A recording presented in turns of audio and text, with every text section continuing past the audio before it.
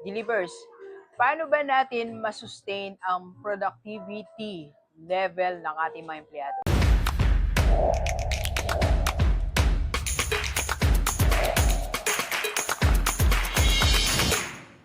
Ito, isang dapat nating iwasan is wag natin silang bigyan ng tension or stress. Tigilan natin ang lagi nating napapagalitan ang mga empleyado natin in between ng work.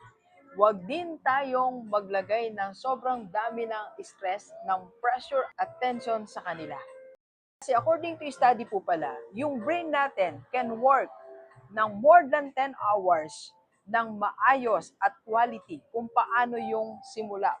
For example, 8 o'clock hanggang 5 o'clock. Kaya pala ng brain natin na magtrabaho ng tuloy-tuloy ng quality pa din. Pero pag sinamahan mo ng stress, tension, at kung ano-ano pa in between, doon po sila nakakaramdam ng pagod at bumababa ang productivity level nila. Kaya delivers, iwasan natin magbigay ng tension sa iyong mga empleyado. Let's go, let's go. Kape po tayo.